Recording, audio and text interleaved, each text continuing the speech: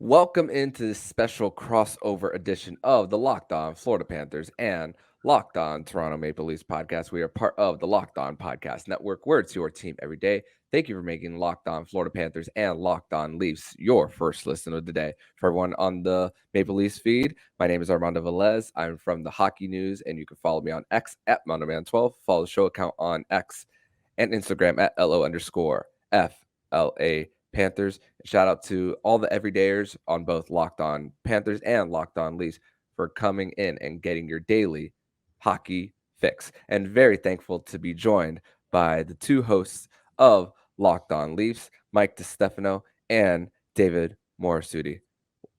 Great to be connecting with you guys. Yeah, it's great, man. I know we're now sworn enemies, but more so sworn enemies than before. But it's always great to catch up with after, especially after what happened last year. So no hard feelings anymore. But it's good to be talking again. And I know you two specifically aren't part of the crowd of the whole "We Want Florida" chants. I know you guys spoke on your show about that's only a certain section of it as well, but yeah, those were things that the Florida Panthers fan base were running with the whole time, especially after the 5-game series that the Florida Panthers and the Toronto Maple Leafs went through. But let's go through the Toronto Maple Leafs just for the Panthers feed, a little bit of the guys who are out of the door for the Toronto Maple Leafs. Matt Murray's on LTIR. Noel Acciari went to the Pittsburgh Penguins. Justin Hall went to the Detroit Red Wings. Ryan O'Reilly to Nashville, and Luke Shen, Michael Bunting to Carolina, and Philip Gustafson to the New York Rangers. But in comes Tyler Bertuzzi from the Boston Bruins / Detroit Red Wings. Ryan Reeves, a journeyman forward for recently in Minnesota. John Glimberg, Dallas and Anaheim. Martin Jones as the third string goalie, more than likely, and Max Domi coming in after his father, Ty Domi. So as far as offseason for the Leafs, and both of these teams have one thing in common. These two teams are contenders. These two teams are teams that are up against the salary cap, and they are going to be even with the rise. But how do you see about what Toronto lost versus what they gained? Well, I can't forget that they also lost their GM, Kyle Dubas, and brought in Yes. Brad Treliving. And I think that's notable because when you look at the turnover on the roster, it makes a little bit more sense when you look and see, okay, well, they're going in a slightly new direction. The main cast of characters are the same, which did surprise a lot of people. Dave and I, talked about this a lot after the Leafs got eliminated, that we felt that, something had to change within the core and something had to change maybe even with the coach, and neither of those things happened. Instead, it was the GM who got the boot, which kind of surprised a lot of people. That being said, Treliving came in and you just went over all the players that had gone out the door and that he brought in. And, you know, deciphering whether this team is better or if they're worse is going to be difficult to do, obviously, right off the get-go. Gonna have to wait and see until what they look like. Gotta wait and gotta play the games, right? And see how it works out. But what I think we can deduce from the offseason is that this team is going to be built differently. They went out and they addressed the size portion of this roster, I guess you could say, with adding dudes like Ryan Reeves, adding guys like Tyler Bertuzzi, Max Domi.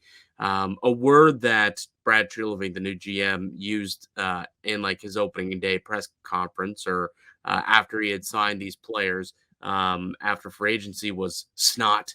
These guys bring snot, and that's what they want to bring to the lineup. Something that they felt that was lacking a little bit once he took over. So, whether or not they're a better team for it on paper, I don't think we can quite answer that yet. But they're definitely a different team, and maybe different can be better because it's been a little bit of the same old.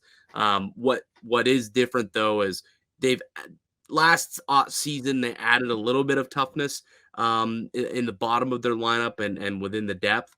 The guys who they've added this time around will play significant minutes, Tyler Bertuzzi and Max Domi, namely.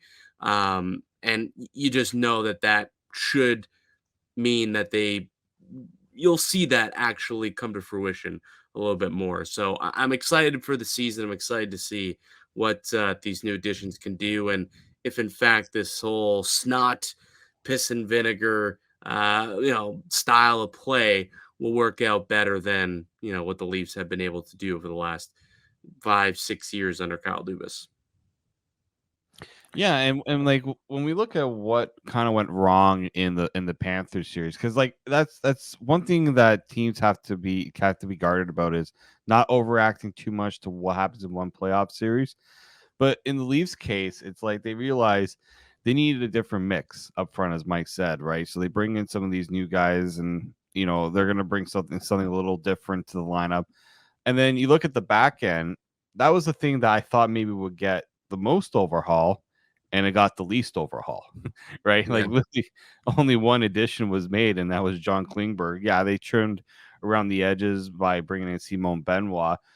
But other than that, like this defense remains vastly unchanged. They lose Luke Shen, which actually, in a way, kind of was a tough departure for them considering what he brought to them in the playoffs. So that's probably the one area where that's going to be an area to watch all year for this Leafs team, because this is a very tough division, and you have to be able to defend, and not just defend, but defend in the right areas. Right, that was kind of the issue in the Florida series, whether it was mistakes or getting caught, not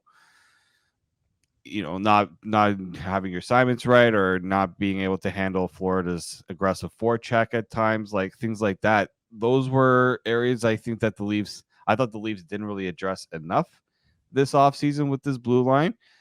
They have time, obviously, to always make changes and try to figure out ways to, move guys out. But with today's NHL, it's not going to be that easy. Yeah, and we talk about the only one addition to the blue line, and I remember there was this one play specifically in, I believe it was game 2, where I believe it was Jake McCabe goes on a pinch in the neutral zone, and then Carter Verhaeghe goes on a breakaway that leads to a goal for the Panthers very early on in the series. Some might see these moves as more lateral moves for the Toronto Maple Leafs, but I mean, you talk about piss and vinegar. I think as well as like bringing in some sandpaper, as like Tyler Bertuzzi. I mean, he was a pain in the neck for the Florida Panthers in that series against the Boston Bruins. 10 points in 7 games, 6 of them being on special teams, 3-3, 23.8% shooting percentage. Even though it can be skewed with a 7 game series as well. But there's also other questions for the Toronto Maple Leafs. There's one about the goalie situation where Samsonov went to salary arbitration and got lower than what he wanted. I know he did not finish the series, but also about what and also about the contract status of William Nylander. And we're seeing that he's being tried out at center for the Toronto Maple Leafs on that third line. Now that they lost Ryan O'Reilly to free agency to Nashville, he spoke a lot about the media pressure that comes with playing in Toronto as well. Another reason why Radko Gudas didn't sign, and Ryan Reeves, funny enough, said if Radko Gudas tries that on the Maple Leafs, things are going to happen. But as far as biggest story, as far as Samsonov and Nylander's positioning / contract status, which one do you think is the biggest one? I think Nylander obviously moving center has been the biggest talk of camp so far, and no one was really expecting it to happen, right? Nobody was going into the year saying now is the time to try Nylander center. It kind of just came about in that first day of like the media day for the Leafs. So that became an unexpected storyline that has really taken off, and for good reason, right? Because this guy's in a contract year. The whole offseason has been about talking about his next contract and whether he's even going to be with the Leafs past this year. So yeah, I think that's going to be the storyline to follow all year, is how that all plays out, how vested they are of him playing center, and how that impacts his contract negotiation. Yeah, I think I'd agree. I think the Nylander situation and him moving to center ice is something that we're definitely monitoring throughout the course of the preseason and early into the season. I don't think it's just going to be a tiny experiment that they try for preseason. I think this will be, a full year thing, or at least, a large segment of games he'll get at the center position. So should be interesting to see how that unfolds.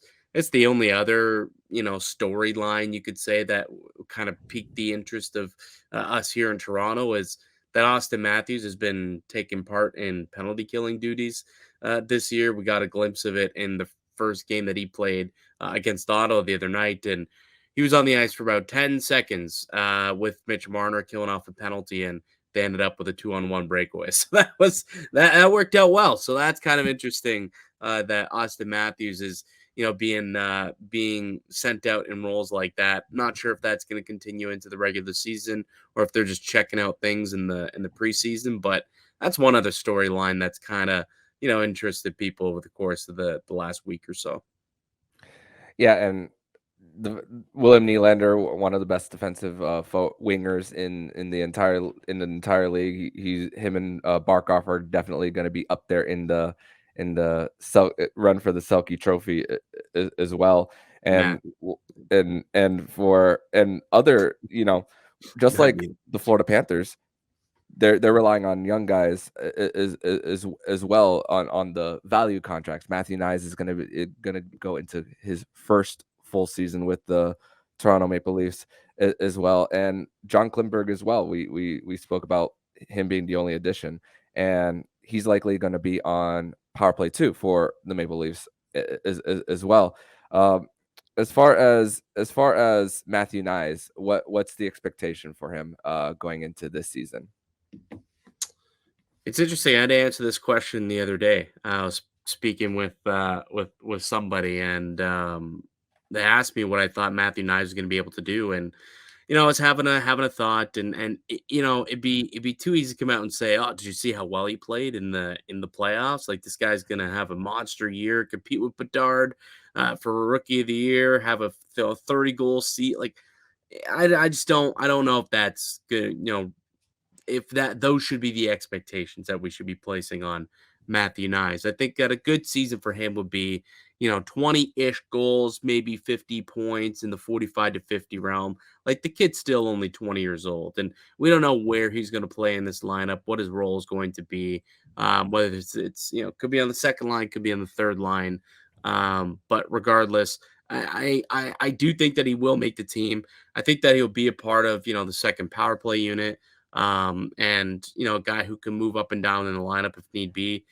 But ultimately, I still think there's going to be some sort of growing pains. Like there wasn't any in the playoffs. I think he was kind of playing very naively throughout the playoffs, which helped him for sure.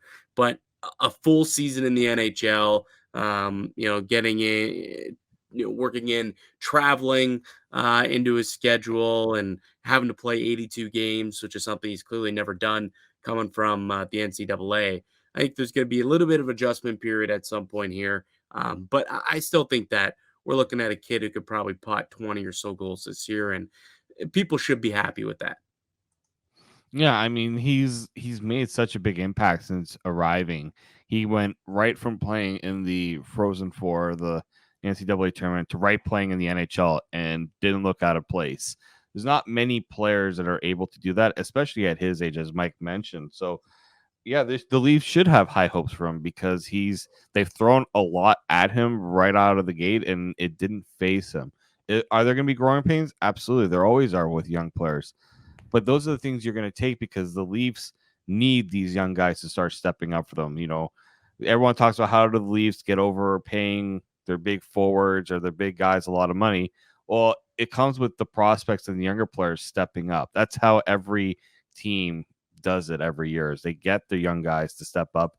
And it's nice to not only see them step up in a role, but in a bigger role, right? Like nobody expected Matthew Nyes to play on the top line in the playoffs until he put himself in a position to do that and was good at it, right? Like they kept giving reasons for us to say, this might be too much for him. And he's like, no, I can handle it. And that's something I think that Leafs fans should be excited for this year. And I think, yeah, you have to temper expectations whenever you have a young player, but he's broken every single barrier that's been placed in front of him. True. Yeah, and just like the Panthers, with some of their young guys, they're definitely gonna need to be banking on those cheaper contracts in order to get over the hump while you're paying your big guys. But we're gonna transition over to segment number 2 of this special crossover edition of Locked On Panthers and Locked On Leafs, where the guys will be asking me some Florida Panthers related questions. But first, we're gonna tell you all about DoorDash. And are you missing the syrup for your pancakes or just ran out of your favorite coffee creamer? With DoorDash grocery delivery, you can get what you want right when you need it. Burnt your last piece of toast, avocado's gone bad, or got the hot sauce bottle empty? Try grocery delivery from DoorDash. You'll get everything you want delivered when you need it, right to your door.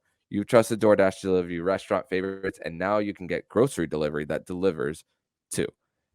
With thousands of grocery stores to choose from, you'll find the best in your neighborhood. Boost your local economy with each and every order. You'll get exactly what you ordered, or we'll make it right. So sit back, enjoy the quality groceries just like you picked them yourself. With easy substitutions right in the app and best-in-class customer support, DoorDash delivers groceries exactly how you want it. Get 50% off your first DoorDash order up to $20 value when you use code LOCKED at checkout. Limited time only. Limited time offer. Terms apply. That's 50% off up to $20 minimum subtotal and 0 delivery fees on your first order when you download the DoorDash app in the App Store and enter promo code LOCKED. Don't forget, that's code LOCKED for 50% off your order with DoorDash.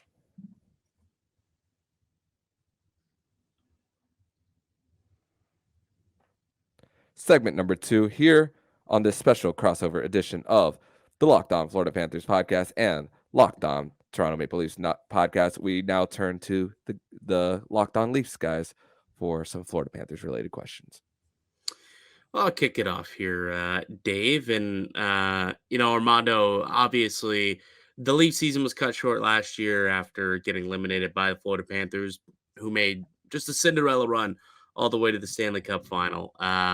It was a solid season for them, obviously. And I'm sure they're all happy about it. And who could forget about the magical run that Sergei Bobrovsky went on during that run there, and in particular, the second and third round.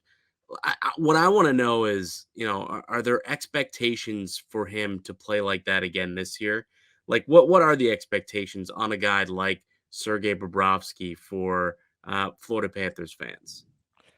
I don't expect it to be God mode as far as what happened in the second and third round for the Panthers.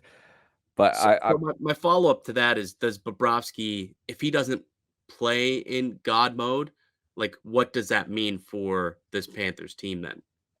okay, if he's not in God mode, if you're seeing a 906, 907 save percentage, I think you're still gonna give him a starts here and there. I think he's still gonna get a majority of them. Spencer Knight is he just came back from the NHL/NHLPA Players Assistance Program and only faced 13 shots in the first end of the doubleheader on Monday. The Florida Panthers were really possessing the puck. I mean, they drew 9 penalties in that first game against Nashville on Monday, so they had the puck a lot in the other zone. So the movement was great for Spencer, and Sergei Bobrovsky went 14 to 15 in the second part of the doubleheader against Nashville, and stopping 3 breakaways when the Florida Panthers turned it over on their other end. So, I mean, the guy gets on top of his crease, takes away the angles, and that's just what a 2-time Vezina Trophy winner who's gone through the mud has been able to do. But if he's not, you still have insurance policies. I mentioned Spencer Knight, and also there's Anthony Stolarz. Never played a full season, has 81 games to be exact under his belt in a few seasons with Anaheim, and doesn't get a big load of games. But the Florida Panthers learned one thing, and that was that a third goalie as insurance is key. That's what happened when Alex Lyon came into the mix, getting the Florida Panthers to the postseason. I know we spoke about on our crossover before the playoffs about the epic rant that Paul Maurice went on the Leafs bench that really helped the Panthers get to the postseason because that was the start of a 6-1-1 stretch to get them into that final wild card spot. So the third goalie is extremely important for the Panthers. And the Anaheim Ducks, they allowed 4 more shots on goal per game than the next worst team by 4 total. And Anthony Stolar's in a better situation depending on how many starts he gets. It's going to be better for him. Spencer Knight is still waivers exempt too. So there's a chance that when a 23-man roster comes out and they get someone off waivers, Spencer Knight could start in the AHL. If it's still too early to tell whether the Panthers will go that direction, but we will still see after the playoff run, the Panthers fans, they feel a lot better about that contract, even though it's still a good majority of the cap. The playoff run, we're not talking about having to get rid of the contract. He still has a no move clause still, so it's not worth entertaining it right now. It becomes a modified no trade clause next season, a 16 team no trade next offseason on July 1. So he's still going to get he's still the goalie for the Panthers this year. 60-40, that's what I'm expecting for the Panthers. But we're not going to see, I doubt we're going to see 39 wins like we did in 2022, which the Panthers outscored a lot of their issues too. But Bobrovsky was the least of the Panthers' problems in the 2022 playoffs. But do we see 9-15 like we saw in the postseason in 2023? I mean, if you're anywhere between like 907 and 910 and the Panthers score a whole bunch of goals, I think the Florida Panthers are going to be not satisfied, but content. Well, what's the timeline on those key injuries on the blue line? Because I think that could factor in, obviously, when you got Brandon Montour and Aaron Ekblad, your 2 best defensemen who are both out for a period of time. That's gonna impact the goaltender, right? With how they play in front of them. You know what the timeline is for both of those players? We hear different things every single time, and like about 2 or 3 weeks before media day, Bill Zito spoke with George Richards of Florida Hockey Now, saying that Montour would be ready sometime in November. Aaron Ekblad would be ready sometime in January. Then comes media day, which I was in the room to hear what Bill Zito had to say, and then he said, "Oh, it's about December 15th." I'm thinking, okay, one was November, one was January. December 15th is in between those. So it was an update without there being an update, kind of circling around the question. So, yeah, but the expectation is that Montour would return first before Aaron Ekblad. Thankfully, for the Florida Panthers' sake, they're both skating in between sessions with 50 plus players in camp right now, and splitting the practices in between the practices. Montour and Ekblad are both skating, doing very, very light drills. So the encouraging thing is both of them are skating. They're not taking any part of contact as well. And one person who's working with them is new to the front office and recently on the Florida Panthers roster in Patrick Hornquist. So he's working with those guys in between the sessions for them. So they're skating. And Montour put out a lot of videos out on his rehab. Aaron Ekblad was more quiet this offseason as far as what he had going on, even though he stays in the area every offseason. But it's encouraging to at least seeing them both put on their boots and skating in between, but nothing as far as contact and all. So it's still a bit of ways to go for them. Now, obviously, the big move that you guys made last year with Matthew Tkachuk, bringing him in, and he seemed to just reinvigorate, just re-energize a hockey market that, in a lot of ways, I felt like needed a star like Matthew Tkachuk. You guys had good players like Huberdeau. You have Barkov already there. But what has Matthew Tkachuk's addition mean to this Florida Panthers team? Swagger. That is the word for the Florida Panthers. I mean, came out once again in media day. Didn't have as many grabbing headlines as he did in media day of 2022. Spoke about how his summer was difficult with the broken sternum that he had in the Stanley Cup final, but the fact that he is ready to go. He's played in the first preseason game, which that line of Nick Cousins, Sam Bennett, and him were clicking. That line produced 6 points in their preseason opener. So that line doesn't seem to be losing a step. And on most teams, that'll be your top line for the Florida Panthers. That's your second line. Something I spoke about on my Tuesday show about how the Panthers have good problems on their hands. But you talk about the summer of Matthew Tkachuk with being on the NBA on TNT prior to a Miami Heat playoff game as well, and just being on People Magazine as well for representing the Panthers. It's like the Florida Panthers, this market, the team that is the second least valued NHL franchise according to Forbes.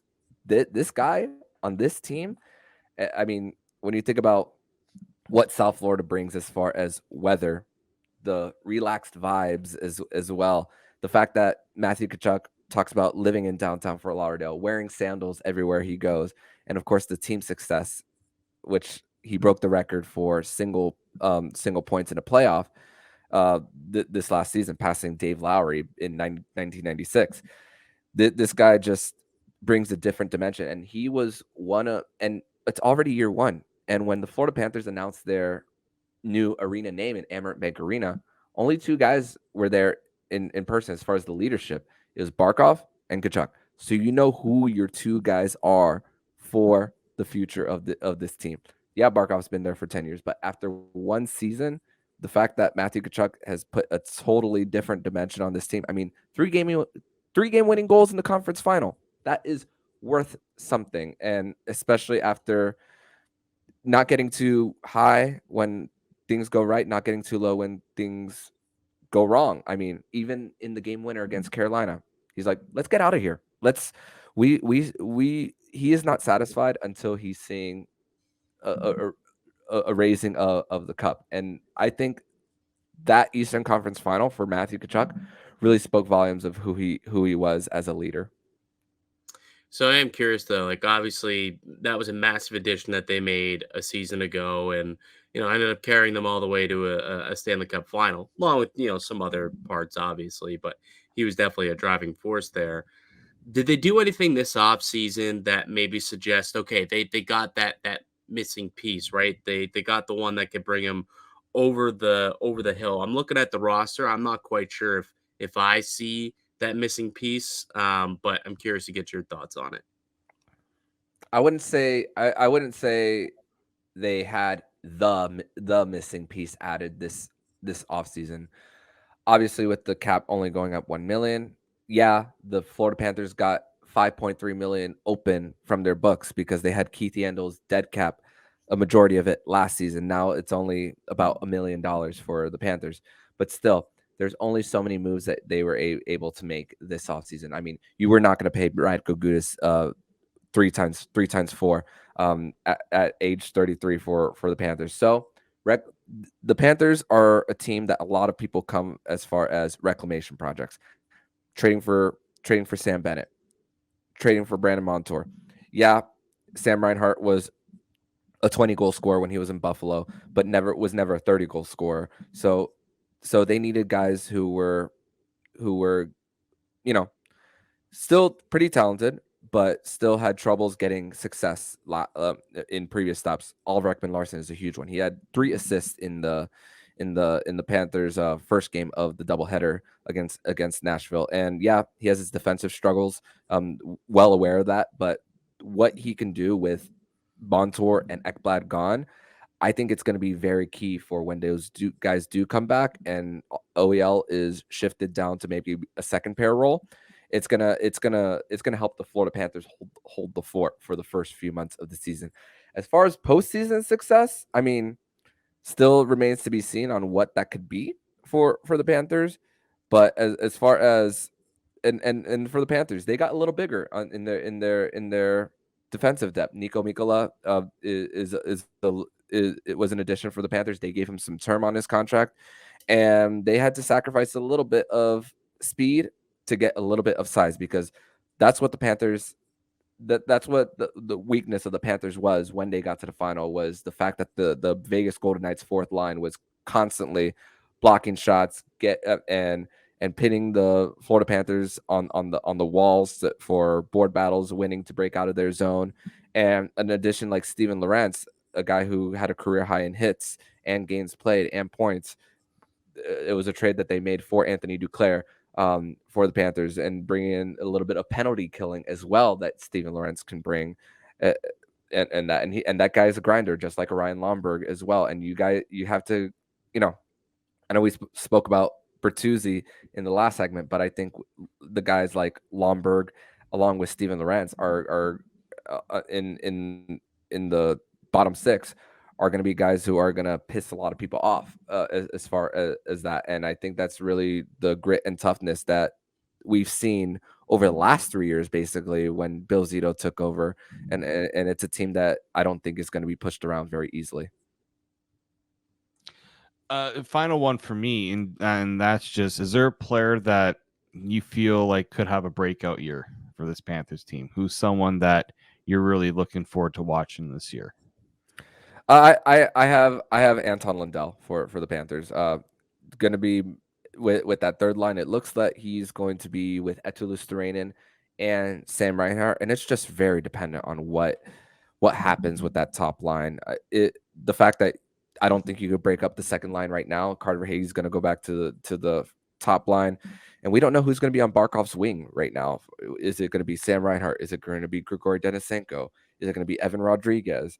Those guys. So Anton Lundell works well with Sam Reinhart, and Eetu Luostarinen got an extension as well.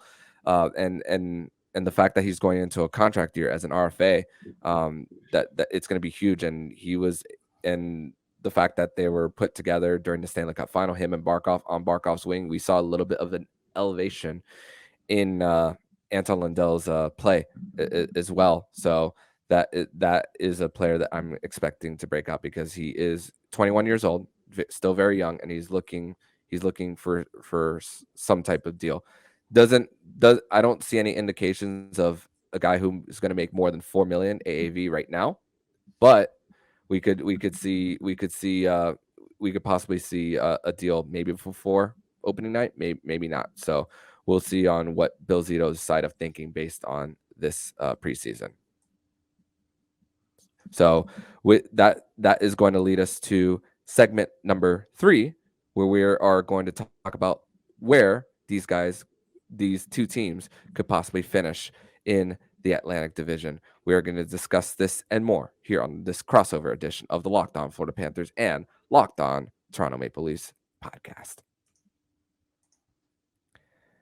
And welcome back to this special crossover edition of Locked On Panthers and Locked On Toronto Maple Leafs. Thank you once again for making both of our podcasts your first listen of the day. So, guys, we spoke about possible lateral moves with the Toronto Maple Leafs. Another year of Austin Matthews possibly taking a role in penalty killing, adding something for the Leafs. The toughness that Toronto brought in Ryan Reeves and Tyler Bertuzzi and all, and with kind of a new, not necessarily new identity, but new complementary pieces for Toronto. At this point, after seeing a playoff series win, I can assume that the fan base is thinking cup or bust for the Toronto Maple Leafs. Please correct me if I'm wrong, but let's start before any postseason success or anything. Where do you expect the Toronto Maple Leafs to finish in the division? Right up top. right up at the top. I think the division crown is well within reach, and I think that's going to be the goal for the Maple Leafs this year is to win the division, get home ice, and then hopefully it leads to more playoff success. But this is a team that had an exceptional regular season last year, finished with 111 points. It was like the third year in a row they finished with 50 plus wins.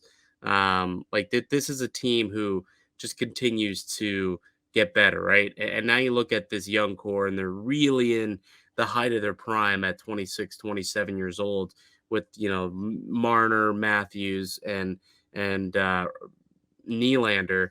And you look at the piece that they've added, the Bertuzzis, the Domies, they've added some more impactful secondary guys. You've got young players like Matthew Nyes who could be ready to come in and take a step and compete. You've got some other guys on this team who I think are good complementary players as well. Maybe Klingberg can add a little bit more offense as well from the blue line, which is something that they've lacked a lot over the course of the last couple of years. And then Samsonov too, just coming off of a career year, he just got paid, and he's just going to be a contract year again this upcoming season, and he'll be a UFA, so he's going to want to have himself a strong showing as well. Joseph Wall, it'll be his first full year in the NHL, so we'll see what he can do with those types of duties. But I think the expectations are sky high once again for this Toronto Maple Leafs team, right? Like, this is a team that for years they've always been a good regular season team, but it's what can you do for us in the playoffs? So I think they're going to be a good regular season team again this year. I see no reason for them to take any steps back. When it comes to the division, I do believe Boston's going to take a step back. I believe Florida is going to be interesting. I don't see them as a cup contender again this year. I think that was kind of a Cinderella run. They'll definitely be fighting for a playoff spot for sure, but I'm not sure if I see them at the top of the division like they were a couple of years ago.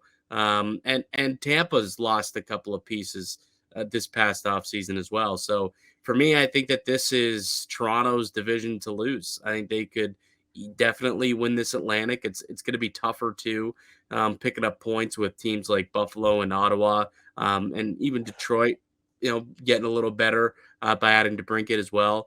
So it's going to be more difficult in some of these games for these other teams to pick up points. But I think Toronto expects to be competitive, expects to be the best team in this division, and I expect that's where they'll finish. Yeah, I have the same expectation as Mike does, and this should be a year where maybe the regular season means a little bit more for this team. The last couple of years, it's always been just get to the playoffs because you already know you're playing one of Boston or Tampa.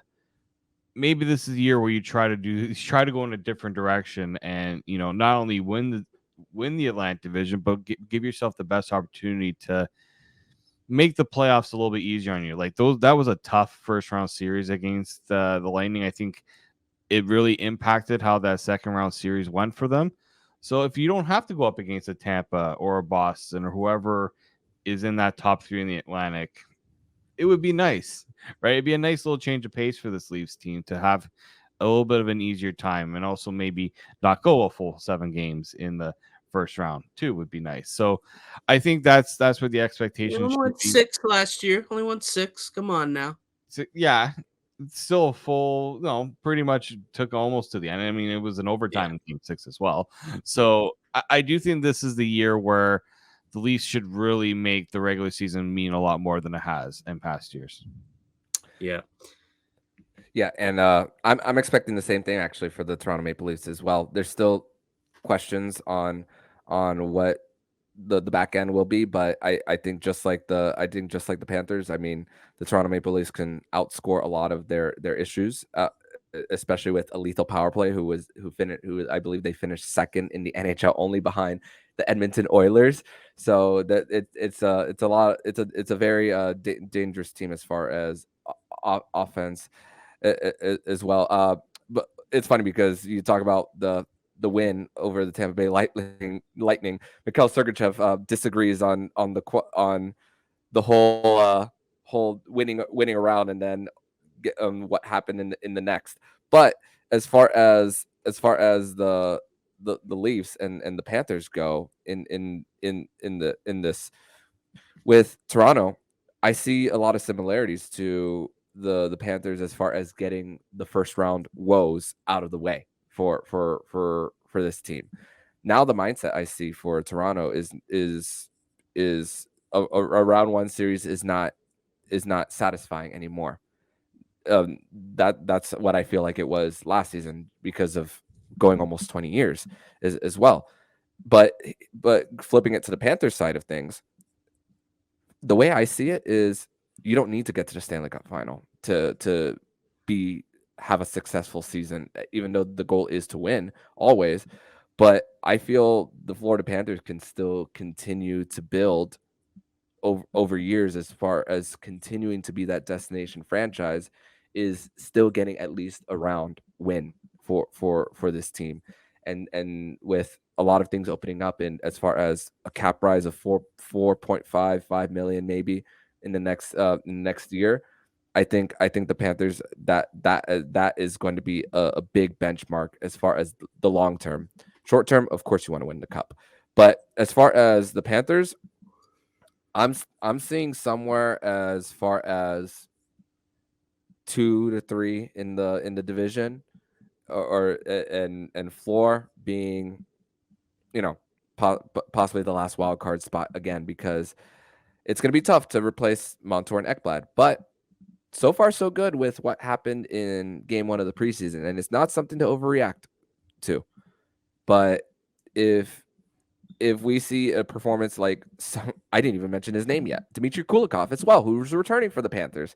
He's a left-handed shot who's going to play on the right side for the Panthers, and he's probably going to be likely going to be maybe with Josh Mahura in that bottom pair, which Josh Mahura played 82 games after being claimed off of waivers from the Anaheim Ducks. So value pickups for Bill Zito continue to be a thing as well. So for the Florida Panthers' sake of things, the whole benchmark of American Thanksgiving, which still rings true, that's your first evaluation period of the season. I want to see where the Florida Panthers are at American Thanksgiving so that we can definitely see where the trajectory is going to be with these guys coming back. If you're floating around 500 around that time, the Panthers will be in good shape. It's not going to be easy, and that's what the cost of a Stanley Cup final run is. Bill Zito was asked that at media day. Do you see it as a good thing, a bad thing, or something that could hold this team back? Still yet to be seen. But 2 to 3 is I believe is the where I if I'm being as realistic as I can, I think that's the range as far as division finish.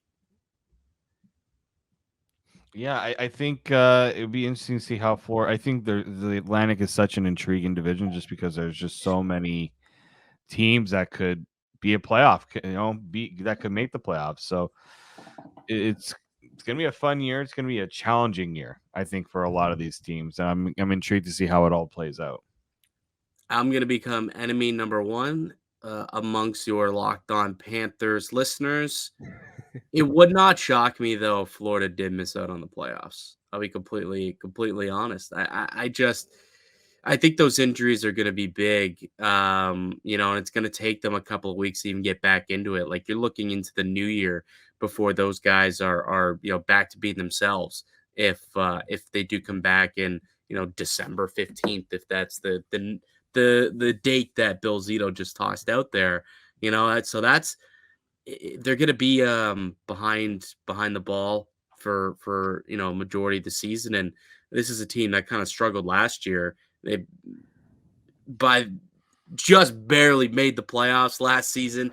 They needed the Lion King to come up clutch. They needed a loss from Pittsburgh to Chicago, and it was insane what happened for them to make the playoffs. And then, once you get in, all you got to do is make it to the dance, and who knows what happens from there. And clearly they had a great run and went all the way to the final. I don't think it's going to be as big a setback as, the Montreal Canadiens when they had their Cinderella run to the Cup final and then were like last place. the next year, missed out on the playoffs, and like 2 years later, we're picking first overall. I don't think it's going to be that drastic of a drop off, but I wouldn't be shocked if, Mhm. this time next year, we're talking about how the Panthers had a bit of a letdown season from, cup finals to just on the outside looking in. I just think that the Atlantic has a lot of really good teams. And I think it wouldn't shock me, I suppose, if Buffalo ends up with a better record than Florida. Like Buffalo had what, one point less They're than 1 point Florida a up. year ago. I think they're a much better team, a young team that's growing. Wouldn't shock me if they ended up ahead of Florida. Ottawa, same thing. If they get off to a good start, they could end up with a better record than the Panthers. Boston, I mean, we'll see what ends up happening with them with all that they've lost.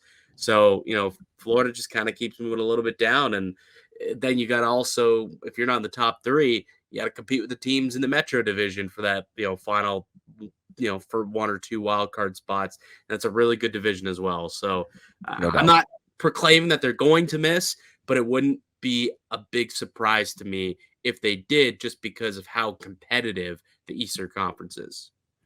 Yeah, and thankfully for the Panthers' sake, another year under Paul Maurice, they're going to be used to his system there, and Yep. also Matthew Tkachuk getting a full season as well, and him coming in healthy. So, despite some health issues for the Panthers, they still have some of the core pieces in place that could possibly help them get through. But it's definitely going to be a different reevaluation period once we get to that first benchmark in after just a few weeks of the season. But guys, I want to thank you so much for doing this crossover edition of Locked On Panthers and Locked On Leafs. Tell everybody where they could find you guys online. Yeah. Yeah. Go ahead, Mike. Oh, you can find our show wherever you stream, the Locked On Panthers show, iTunes, Spotify, the whole nine. Also up on YouTube as well, where you can subscribe. We're on our road to 5K. We crossed over the 4K line just ahead of training camp, and we're on our road to 5K. We got a 5K giveaway that we're going to be doing. So all you got to do is be a subscriber, and you can be entered into the giveaway. So if you want to go and give us a sub, that would be great. You find my personal information, my personal Twitter /X, whatever you want to call it, at Mickey_Canuck. You can follow the show as well at Locked On Leafs. And Dave, you can tell them where they can find your stuff. Yeah, you can follow me on Twitter at Twitter formerly known as Twitter, now the X platform. I gotta still get that in my head. So you can follow me there at @D_Morassutti, and you can also check out my stuff over at sportsnet.ca as well. Awesome, guys. And for the Leafs followers, you can follow me on X at MountainMan12. Follow the show account on X and Instagram at LO_FLA Panthers. Thank you guys so much once again, and I'll probably see you guys somewhere throughout the season. Absolutely, buddy. Take it easy.